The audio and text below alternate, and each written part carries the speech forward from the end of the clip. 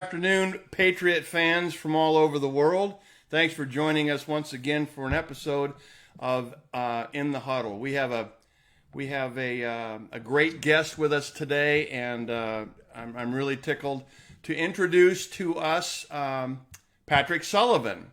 And this episode of In the Huddle is brought to you by Mark Cruz and family. Over the years, Mark has supported Patriots alumni with mentoring and advice, and along with his family has participated in all of our events and programs. Boston Systems and Solutions.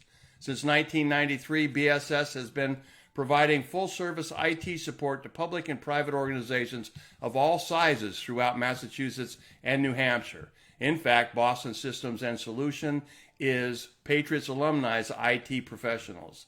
And North Point Construction Management, serving the construction needs of New Hampshire and Massachusetts businesses and communities for over 20 years. Their unique design-build approach offers benefits of expert design and seamless construction project integration.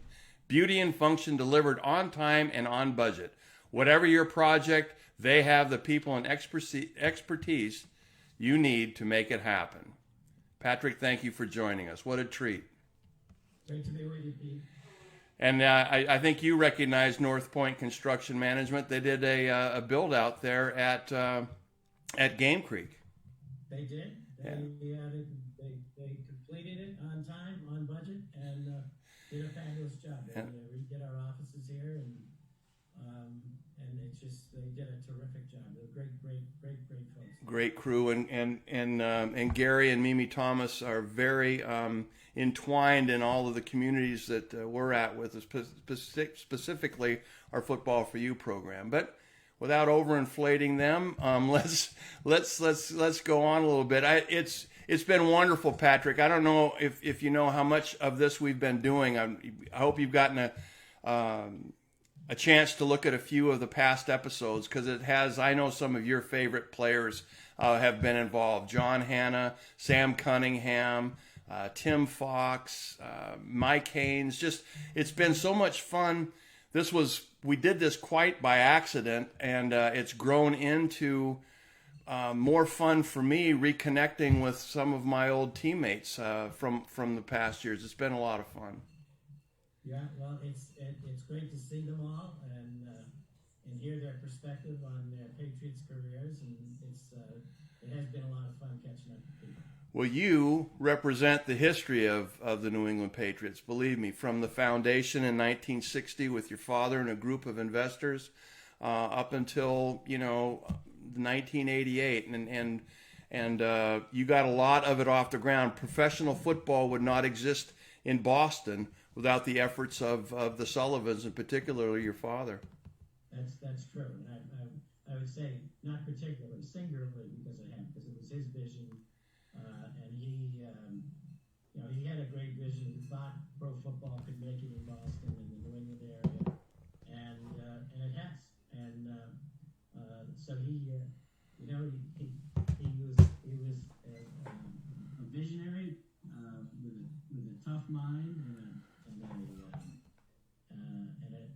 a great feel for people. And I think over time that helped make the Patriots the success that they became.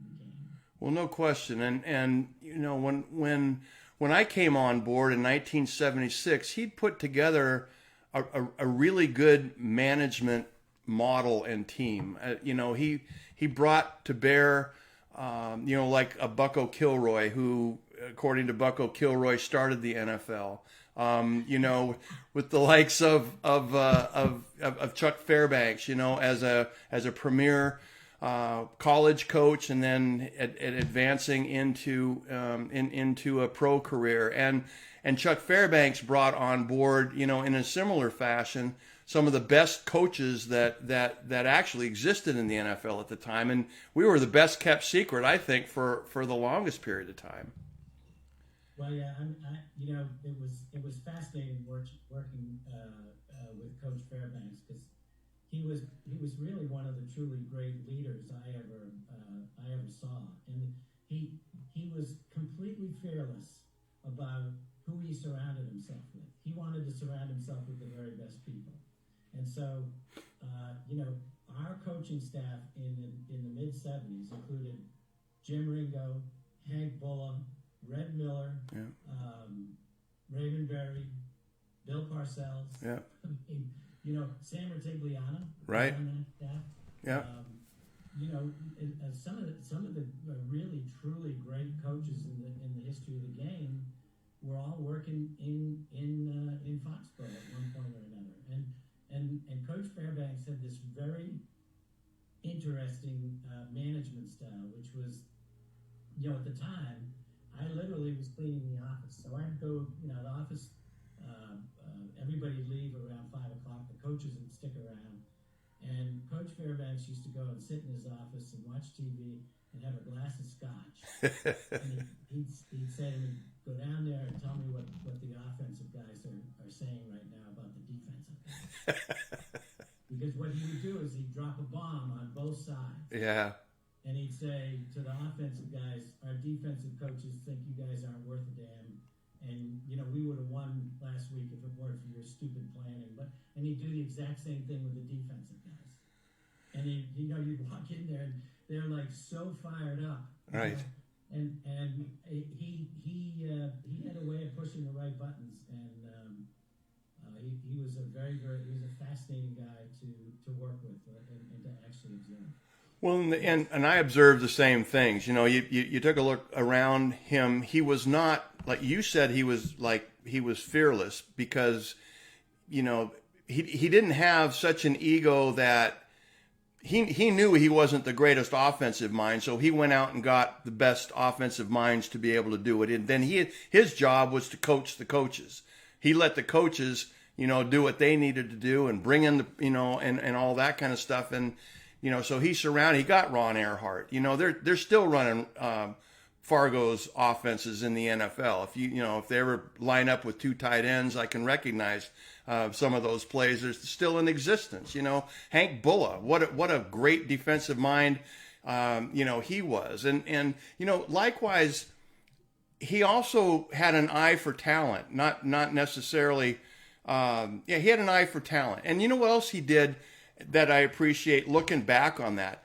He went out and got a bunch of veterans, guys that could teach the younger players how to play pro football, how to act as professional athletes, and then kind of turn it in. So there was always a great infusion of older veterans, the George Websters of the world, Steve Zabel, Bob McKay on the offensive line. He'd bring those older veterans in and teach the younger guys how to operate.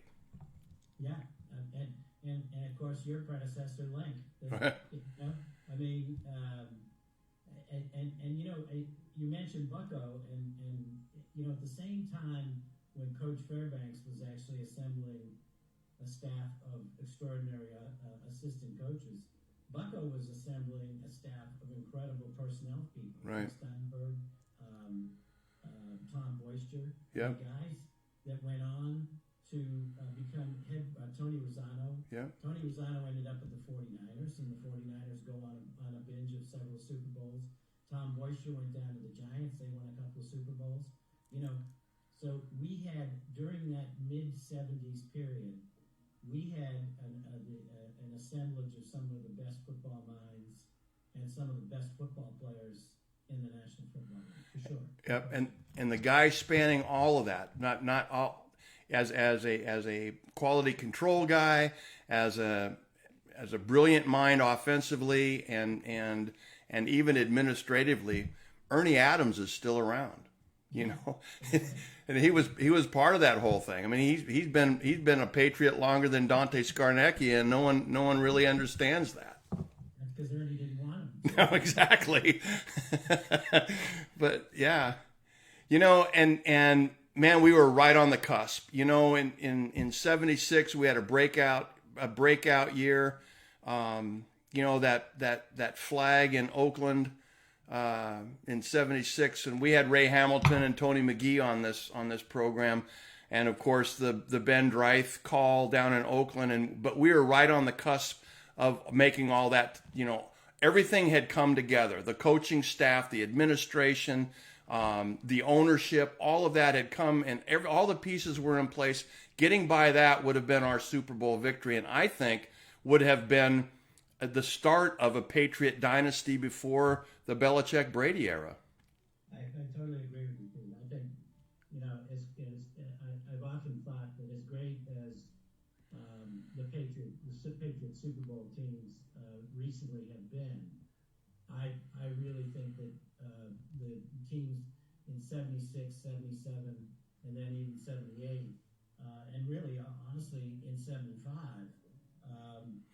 those teams would have given any Patriot Super Bowl team a pretty good tussle. I think, when you really think about it, and you were part of this, an extraordinary record was set in, was it 77? 76 we set a rushing record that we broke in 78. And, right. Yep. And So. it still stands. Right. Well, no, Baltimore beat it a year ago, 2019. They finally beat it. But the 41 years it stood, that's pretty extraordinary. A rushing record, and I never thought it would be broken. It was 3,200 yards, and teams just don't run the football like that. But it took a Baltimore who has a breakout quarterback, rushing for 1,400 yards, and to kind of put them over the top. But that was an extraordinary record that stood for a long, long time. One thing about that Oakland game, there's a lot of things about Oakland that, I could go on and on and on. Oh, we're going to. We got 85 to touch on. But when we arrived in Oakland, we went out on the field, and prior to the arrival there, my sister, who lived in San Francisco, said, "Oh, by the way, make sure your guys know there's a drought and they can't take long showers and da da da da da da da da." Right? People are putting bricks in their toilets, and we arrive out in Oakland, and the field the grass was about 4 inches long, and it was muck. Right. It was absolutely soaked. Right? Because we had the faster team. Right. We had the faster, younger team. Remember, they had this great passing attack with Branch and Biletnikoff and all those. Well, Branch and Biletnikoff were older than you and I are now. Right? So it's like, it was like, they wanted to slow us down. Right. And they did. I mean, and I remember going to the league and saying, "Hey, look, this is ridiculous, and you guys need to do well. It's Al, Yeah, you can't really do much about Al. Al being Al. Al being Al, right? So everybody remembers the flag, but I remember the muck. All right.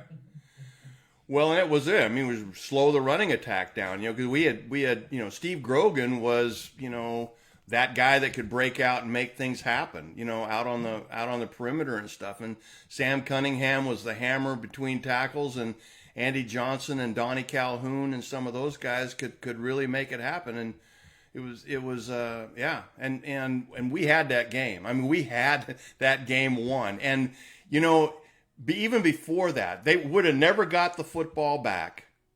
They would have never got the football back. And in that last drive that we possessed the football, we're driving. And I'll never forget, Grogan hits Russ Francis with a pass that hits Franny right between the numbers. And he can't get his hands up to catch the ball because Villapiano had him wrapped up behind. So no flag.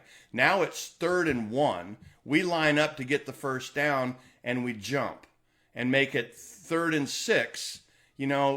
With about 2 minutes and 49 seconds to go, we don't pick up that 3rd down. We punt away. They'd have never got the ball back had it not been for that series of events. Yeah. And, as it played out, right, the Steelers were beat up. Basically, they were beat up.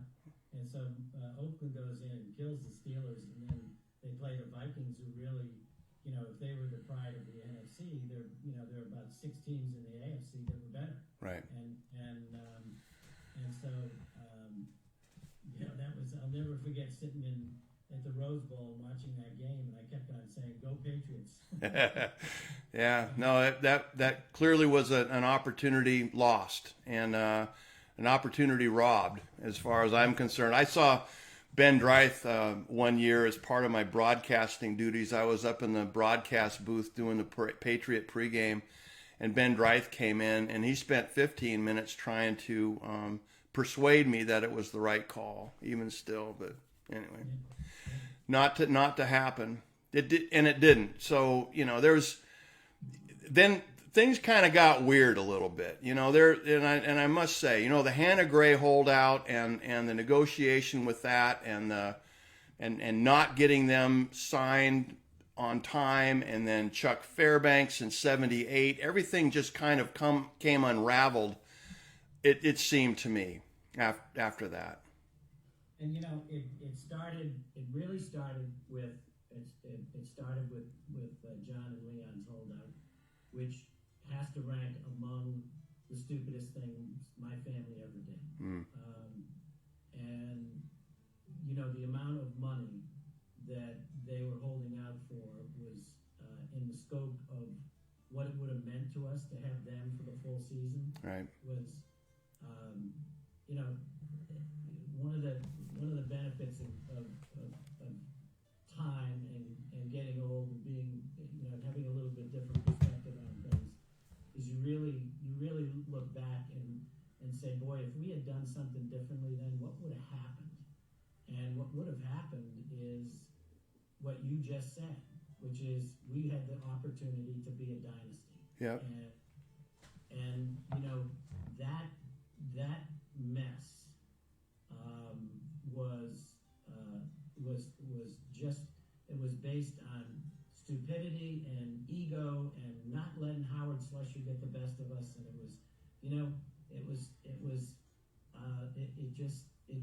really changed the history of our team and changed it for the worse. And I think Chuck leaving, Coach Fairbanks leaving was sort of an offshoot of that, but he had some other things going on as well. So it wasn't totally as a result of those kind of things or those kind of conflicts. But when Coach Fairbanks left, we felt we had made a great choice in Ron Earhart. But sometimes what happens, and I made the same choice in my last couple of years at the Patriots when I hired Rod Rust. And sometimes guys are meant to be head coaches, and some guys are meant to be assistant coaches. So the Leon and John thing, it just it had a terrible long-term impact on our franchise, and I think it's something that I deeply regret. I wish at that particular point in time, I wish I had more influence on those kind of decisions, because I don't know that I would have really fought for it, but God Almighty, we weren't talking about a lot of money. No, and the impact of at one point, Fairbanks being the general manager ish, saying that these are the guys that I want to have on the team, seemed like the deal was put together. The deal didn't come together, and it made it even worse. And it just seemed that became the linchpin of a spiral downhill that didn't really didn't stop soon enough. Is what I'm trying to say. It was almost too like after the so 1981 we win 2 football games, and of course then everything has to start turning around and making some changes. But you take a look at the exodus that happened after the 81 and then kind of into the 82 season. But the quality of players that left the franchise: Tim Fox, Mike Haynes, Andy Johnson, Sam Cunningham, Russ Francis. It just it almost seemed like the rest of us left behind was like, geez, why? Guys, don't go. Stay somehow. Make this work. But it seemed like we lost an all-star. All of our all-stars, all in one fell swoop. Nelly stayed, Hannah stayed, Grogan stayed. There was some still quality guys, but man, there was quite an exodus in 81, 82. There was, and I fully understand why that occurred. And then we ended up scrambling to try and find a coach, and the fascinating thing to me, Pete, is when you really think about it, we had assembled an absolutely fabulous group of players in 1975, 76, 77, and we lost a big chunk of those guys.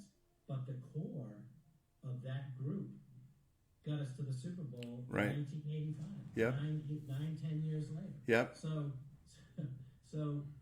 with the right circumstances, that's why when you talk about what could have been with respect to a dynasty, with the right circumstances, there's no question that the Patriots could have been a dynasty well before the Belichick Brady era, if we had made the right decisions, and we being the Sullivan family. Yeah. I have to take full responsibility for that because we made some bonehead decisions. But you live and learn too. Now let's go up to the 85 season, and leading up to that, how weird did this become? I mean, we had Ron Meyer for like 2.5 years, right? A year and a half or something like that. And then, so mid-season, he gets fired. I mean, he came in, that wasn't a good deal. I mean, we were on strike. We went on a players strike, in 82, when he came in. We have half a season. That thing got a little bit lost. It just was it was disjointed. His entry into that. He brought some pretty fine coaches with him too. Dante Scarnecchia, who we just talked about, came as part of that staff. Jim Mora was on that staff, and Steve Sidwell, guys that went on and had terrific NFL careers. So it wasn't like we were out there just kind of hanging around. But then, the 84 thing happened. We bring in Raymond Berry, who was home in Medfield, trying to figure out what he was going to do next. So we go to training camp in 1985, right? Down in Smithfield. And Raymond Berry stands there. He spent 1984 season just to get to know the guys' names, their wives, their family. And he instilled in that, in all of us, kind of the sense of family, of loving each other, of coming together, pulling from the same yoke, without even tweaking anything X's and O's. He did an outstanding job of pulling that disjointed, kids from a divorced family, broken home type of thing together. And in 1985, he stood in front of us the first day of training camp and said, "I got a great idea. Why don't we win a Super Bowl?" And then he started describing what he thought it would take to win a Super Bowl. And that credibility from Raymond Berry meant a lot to our players, thinking we could do this. We could actually do this, and believed in ourselves enough. And we weren't undefeated in 1985. We came out 11-5. In fact, we were the wild card team behind the Jets, and Miami was the AFC East champion that year. So we had to kind of fight our way into different things. And in fact, I tell this, but I don't know that it's true. Our Jet victory in the Meadowlands, the first playoff game, might have been the first away playoff victory in Patriot history. If it wasn't the first, it was the second. So it wasn't like everyone was expecting us to do what we ended up doing, and that's winning all 3 of those games on the road to have a shot at going to the Super Bowl. That was fascinating, and it was put together by Raymond Berry, pulling all of these components together at once, I think. Yeah, and Raymond, the whole Raymond story was pretty fascinating. He actually did know what he was doing when I called him. He was working for his brother-in-law. His brother-in-law made baseball caps, and Raymond and Sally had decided they wanted to settle down and not move around like many assistant coaches do.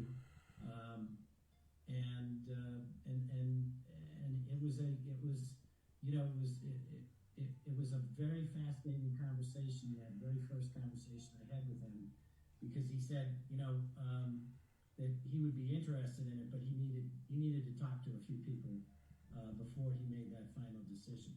And then then he did make that final decision, and he came on board.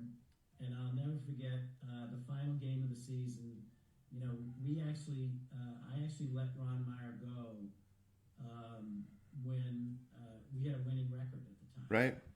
And you know, I just got drilled in the media and the talk shows and stuff like that. And at the end of the season, I'm sitting in the stands with my wife Lynn, and we look up and some guy had hired a plane with the banner behind it and said "Fire Pat Sullivan." He taps me on the shoulder and said, "I don't know if you want to look up, but you better look up." And I looked up, and sure enough, there's this banner up there, you know. But I had great faith in Raymond, and that was based on a long history with him, and the long history went back to 1966, and the NFL and the AFL merged, and we were playing the Patriots. The Boston Patriots were playing the Baltimore Colts in a preseason game at Harvard Stadium. And the Colts were legendary. I mean, it was Johnny Unitas, Raymond Berry, Lenny Moore, Artie Donovan, Mike Curtis. I mean, the legendary names of the game in that era, right, were all coming. And it was really exciting, right? So after the game, I'm the assistant equipment, visiting team equipment guy, clubhouse guy. And I'm loading the Colts bags into a truck. And this guy taps me on the shoulder, and I was 14 years old. This guy taps me on the shoulder, and I looked up, and he said, "Let me help you with that bag, son." And it was Raymond Berry. And I was I knew exactly who it was. I was so astounded, you know, that this guy, who was such a legend of the game, would do something like that. Right. So then fast forward to 1978, and Coach Fairbanks hires Raymond to be the wide receivers coach. And we're in the blizzard of 78, right? February of 78. And they come down, the coaches are meeting. And Raymond was staying at the Red Fox Motel. Remember that place down Oh, I do. Still there, by the way. Yeah. So Raymond's staying there, and I am running a front end loader, and I'm cleaning out the parking lot, right? And I see this guy walking down the street, and I didn't recognize him right away, but he walks up to taps on the window, and he says, "If you give me a shovel, I'll help you out." So you know, that was the kind of guy that Raymond is, and I knew in my mind that given all the turmoil that we'd gone through with Coach Meyer, that it was time to have somebody that had some real stability and some real compassion for people. You know? Well, clearly he did. He made everyone on that team feel like they were important. He knew their names. He knew their kids. He must have had flip cards that he drilled himself in, because he named your family by name, and he just was a very amazing guy. I mean, he introduced the concept of you got to love each other. If you're going to be successful, you got to be pulling for each other, and the only way to do that is to care about each other and what they're doing. And some of the things, and you know, it was the little things too.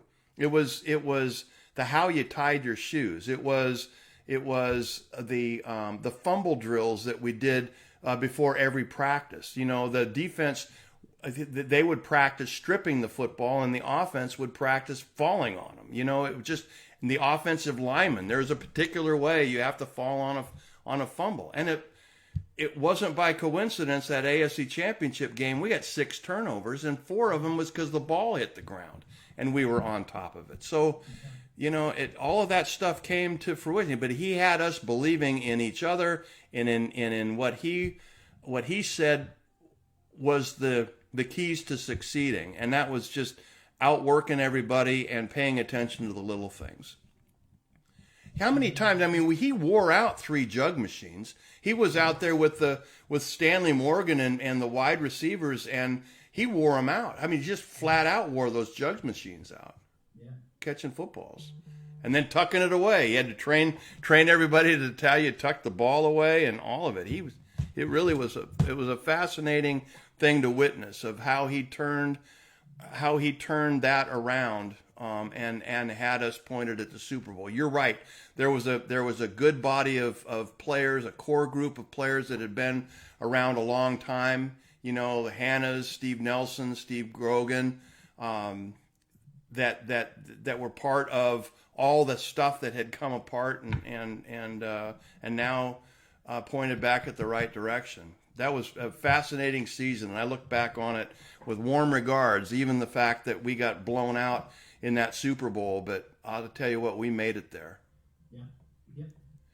We made it there. Of course, the Bears would have had to miss the bus for us to have a particularly strong shot at making that happen. But regardless, we were there. You know, when we played the Bears earlier in that season too, we lost to them in Chicago 21-7.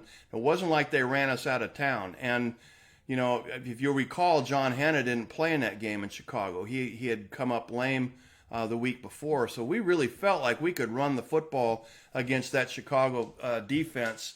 But really never got a chance to try because it just remember, our path to the Super Bowl in those playoff games was running the football. That AFC Championship game, I think Tony Eason threw the ball 13 times, 3 for touchdowns, but we ended up holding the ball and rushed for 265 yards that game.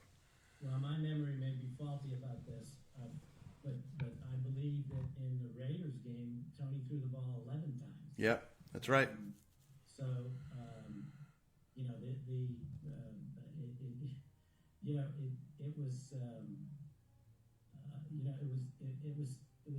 interesting when you talk to if you had a conversation with Raymond Berry and John Hanna, that even though Raymond was a passing guy by nature and obviously by career, he understood the importance of the running game, and he understood the importance for the confidence of an offensive lineman to be able to push the other guys rather than get pushed. Right. And so, you know, he was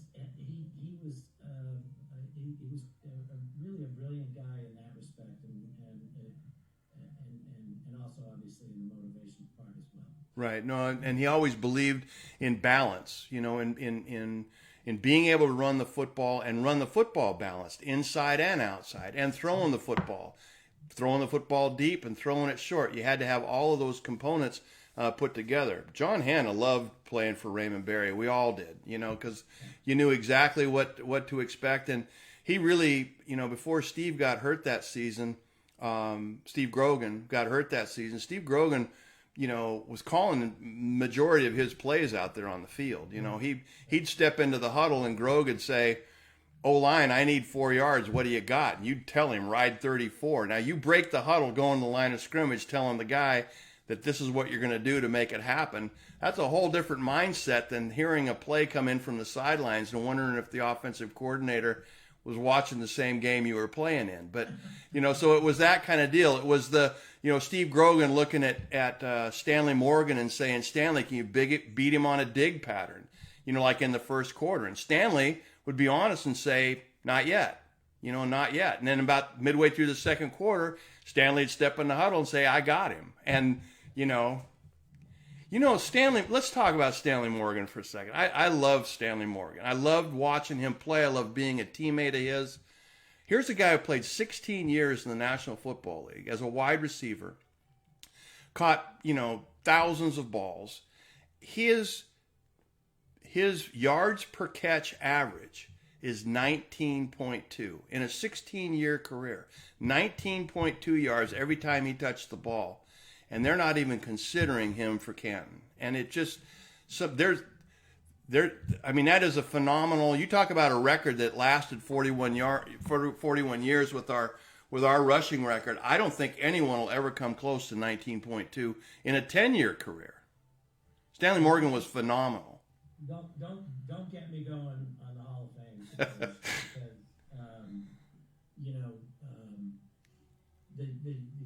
because I'll just tell you what my observation about the Hall of Fame is. In order to get players in the Hall of Fame, you have to have an advocate on that committee, and the Patriots have never really had a good advocate for the Patriot players on that committee. Yeah. So the guys that have gotten in, John and Tip and those guys, absolutely superb. Like you had to be a complete jackass not to let those guys in the Hall of Fame. Right. But guys like Stanley and Gino Cappelletti, nobody advocated for Gino Cappelletti over the years, and he's the leading scorer in the history of the American Football League. He was the MVP twice right. in the AFL. I mean, and then when I look at some of the other teams, Buffalo, Kansas City in particular, there are guys who played for the Kansas City Chiefs who really deserve to be in the Hall of Fame. Same thing with the Buffalo Bills, okay? Yeah. But, and I don't mean to single this particular guy out because he was a really good football player, but you can't tell me that Billy Shaw belongs in the Hall of Fame and Stanley Morgan doesn't. Right. How does that happen? Right. I mean, Billy Shaw was a really, really good player, but he didn't have the impact on the game that Stanley Morgan did, or Gino Cappelletti for that matter. So you have this sort of disjointed situation with the Hall of Fame that's very frustrating, and it really boils down to who's up there, who's advocating for your team that's on that committee, and the Patriots just have not had real good representation in that respect. No, that's true. Altogether true. Let's talk about a couple of fun things.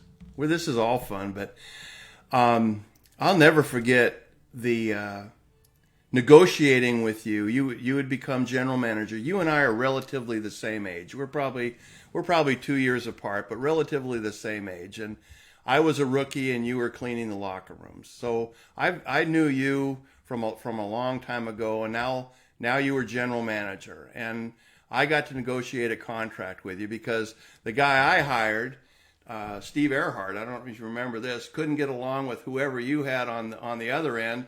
So you decided that you and I would sit down and we'd hammer out this contract. And back then, there was no free agency, and there was a market value on 10-year senior centers, with bad knees, and I understood all of that. But I actually sat out a training camp for 3 days or 4 days. It wasn't a long time, and you ended up over at my house in Rentham, and we sat down at the picnic table on the screened-in porch, and we weren't leaving until that contract got signed. And I threw in another incentive. Hold on one second. I don't mean to interrupt you, but I'm gonna. Okay. And what actually happened was I walked in with a bottle of Jack Daniels, and I plunked it down on the table, and I said, "We're not leaving until we either finish this bottle or we get a contract. I'm not leaving, right?" And we drank the bottle and got the contract. Well, I think at that point I took the cap off of it and threw it in the swimming pool, so that it was either going to get drank or evaporated or something. But we signed the contract right away, pretty much, and finished the night off with that bottle of Jack Daniels. It was one of the best negotiating techniques I've ever seen. And you knew the way to my heart and my way back to training camp. That's for certain. And right at the same, simultaneously holding out was Steve Nelson, and we got Nelly done like within the next day or so. I didn't drink any Jack with Nelly. I don't remember exactly what we did to get that done, but somehow or another, right away, that got done. But it was actually Bucko Kilroy couldn't get it. Correct me if I'm wrong, but I think Steve Earhart represented you in your rookie contract. No, Jack Mills did in my rookie contract. But then I thought Kenny Fishkin took over. He did at the end, but there was a middle contract at that. My last contract, Kenny Fishkin did, and Kenny Fishkin did Nelly too. So maybe it was no, it wasn't Fishkin, because he'd have got that deal done. Somehow there was loggerheads with Bucko and Steve Earhart. It was loggerheads with Bucko, you know. Yeah. And which wasn't very difficult to do. As you know, Bucko, as you appropriately, Lord rest his soul, but yeah, he was absolutely. I could do 3 of these things and just tell you Bucko's story. Oh, no question. You know, when I signed my rookie contract was at the Chicago Tribune All-Star Game in Chicago. Remember, I spent the first 2 weeks of training camp as a Patriot at that All-Star Game, and Bucko flew in. We signed the contract in my hotel room with Jack Mills, and then I played the game. And then the next morning, I was on an airplane with Bucko out to Boston, and he gave me a ride to training camp. I got to hear all about how he started the NFL on the way down. He was beautiful. I loved him. You know, the other guy that talking about old timers, because you know Bucko had a terrific NFL career with the Philadelphia Eagles and all that, but another old timey NFL guy was Bill McPeak, and one of the greatest men I've ever met. Bill McPeak. He was but as you know, Bucko could absolutely trash a name, right? So he called McPeak McPoof. He couldn't.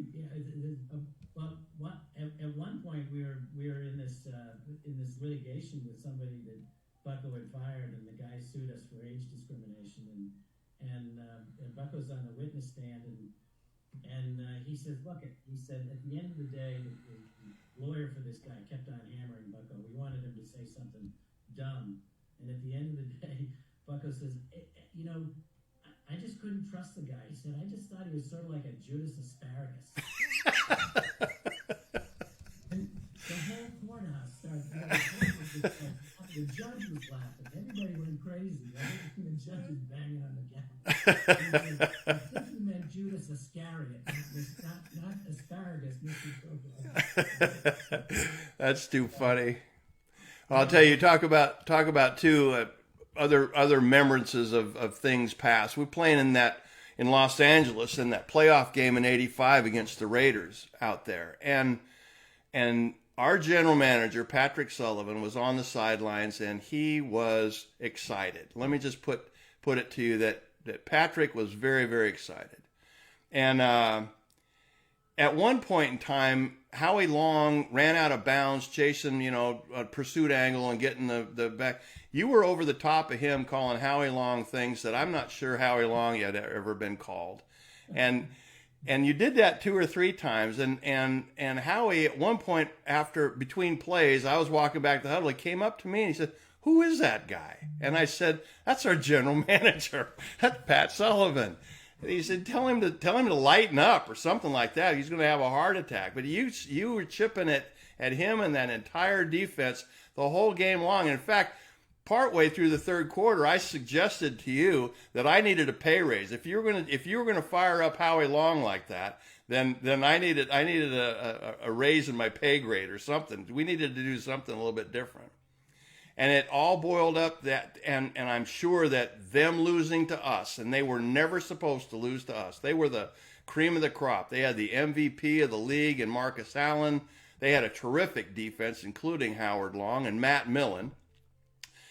You had pissed them off so badly that on the way to the locker room and during what should have been a gentleman's handshake, you get swung at by Matt Millen. Takes a helmet and starts swinging at you, and me and about 3 other guys had to step between him. Even Louis Assad was trying to pull guys. Oh yeah, Louis Assad, invincible in peace and invisible in war.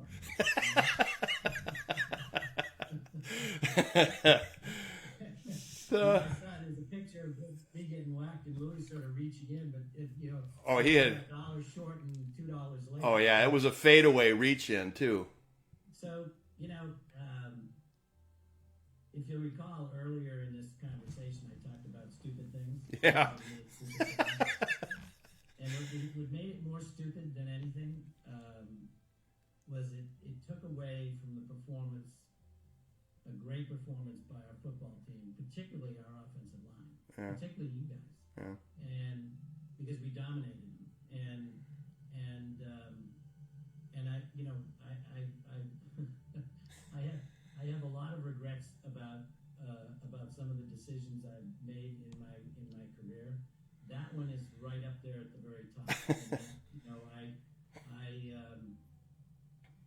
it showed incredible disrespect for the guys that actually played the game, and I think that not that I care that much about the Raiders, but it showed incredible disrespect for you guys who were out there playing on our behalf and on behalf of the fans of New England. You know, I became more of a story than this great victory, you know. Now, since then, you know, we do a lot of work for Fox Sports. I see Huddle all the time. Before he got ill, I saw Matt Millen all the time. And you know, we've I wouldn't say we've kissed and made up or anything like that, but we've had very respectful conversations, as we should.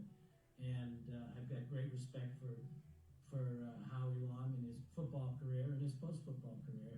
And I got great respect for Matt Millen for his football career, and then the fight, which I understand he's actually doing much better now. He apparently was really sick and has bounced back. So, oh wow! So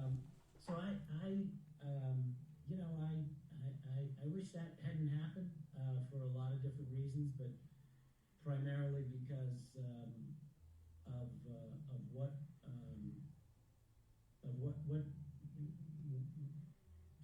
basically the fact that it took away from what was really an absolutely spectacular performance by the Patriots. Yeah? Well, I don't know that it took. Interestingly enough, you know, Raymond Berry. Raymond Berry the next day said, "I think you should apologize." You know, and I said, "Apologize to who?" Right? And he said, "Well, I think you should apologize to the Raiders, and I think you should apologize to our team." I said, I think I might apologize to our team, which I did not do, but I ain't apologizing to the Raiders, you know? And, you know, there was just an enormous amount of bad blood between my dad and Al Davis, and you know, there's all that. Oh, the Darryl Stingley, Jack Tatum. I mean, where do you want to start with that? So. Yeah, you know, and you know, so at any rate, that was just one of those things that I wish hadn't happened, and but you know, at the end of the day, I'll never forget one of the writers was asking Bert Zarens about, you know, what happened, you know, what kind of injuries, and, you know, in that era you could ask the doctors that. You can't do that anymore. Right. And Bert said, "Well, other than our goofy general manager stitches in the side of his head, everybody's fine." You know? Well, I didn't mean to turn into your confessor on this whole thing. It's part of Patriot history, and I thought that the infamy of it might need some explaining. So thanks for doing that. I sure didn't mean to salt wounds. So. Well, no, it's you know, they're certainly. There are certain sides of Pete Brock that would be quite priestly, but not everything. Not everything. It's the Father Murphy in me, huh? Yeah. So, speaking of priests, I will tell one story about, and this was another hot-headed move on my part, but we played in '84 at the end of the season. Our last game was against the Eagles in Philadelphia. And we lose the game. And if you recall, the locker room there was sort of kind of long and narrow, and it kind of curved the same way the old Vet Stadium did. And I saw my dad in a conversation with Will McDonough, and I knew nothing good was being said between these two guys, right? So just as I walked in, Will is basically absolutely trashing my father. You know, I mean, just all kinds of. I'm not going to use the same words on this in this forum, but it was just brutal, and so I just lost it completely. I just said, I started MFing him and pushing him and said, get out of our locker room and you lousy, blah, blah, blah, blah, blah, blah, right? So we were on the plane on the way home. And they're traveling with us, right? Yeah, Louis comes up to me and he goes, I'm sorry, it wasn't Louis first, it was Raymond Claiborne. And Raymond comes up to me and he goes, are you okay? And I said, yeah. He said, but why? And he said, man, you MF that guy so many times. He said, I never heard a white guy talk that way. So then our team priest, Father Jerry Hickey, comes up and he says, are you okay? And I said, yeah. And he said, boy, if you went to confession and you told the priest what you said today, he'd never believe it. He said, I'm giving you blanket absolution. He said, I want you to say 20 Hail Marys and 40 Our Fathers, and maybe God will forgive you for what you did to us. Okay? Finally, Louis Assad comes up to me. He goes, wow. He said, that was really something. And I said, well, yeah. He said, but you want to know something? Your father started it. He said some really bad things to be done, and Willie just was responding to them. So there you go. Oh well, but you were sticking up for him. You had to stand in there for your dad. Who wouldn't? Who wouldn't? So I don't know that the whole world knows, but because Game Creek Video is a phenomenal organization. What you've started up in Hudson, New Hampshire, years and years ago, has turned into something that's absolutely spectacular. You can't go to a sporting event, a sporting venue in the world, internationally, without seeing your trailers, your vans pulled up alongside. And I'll bet you're down in Augusta during this week of traditions unlike any other down at Augusta. But you want to tell the adoring public how you got started and what Game Creek Video really is. So, Game Creek Video, we design, and then build and operate TV trucks. And our customer base includes the big national networks, Fox, ESPN, NBC, CBS, Turner, and it also includes the regional networks like NESN, SNY, which is the Mets, Yes, which is the Yankees, MASN, which is the Orioles and the Nationals, ATT Houston, which is the Rockets and the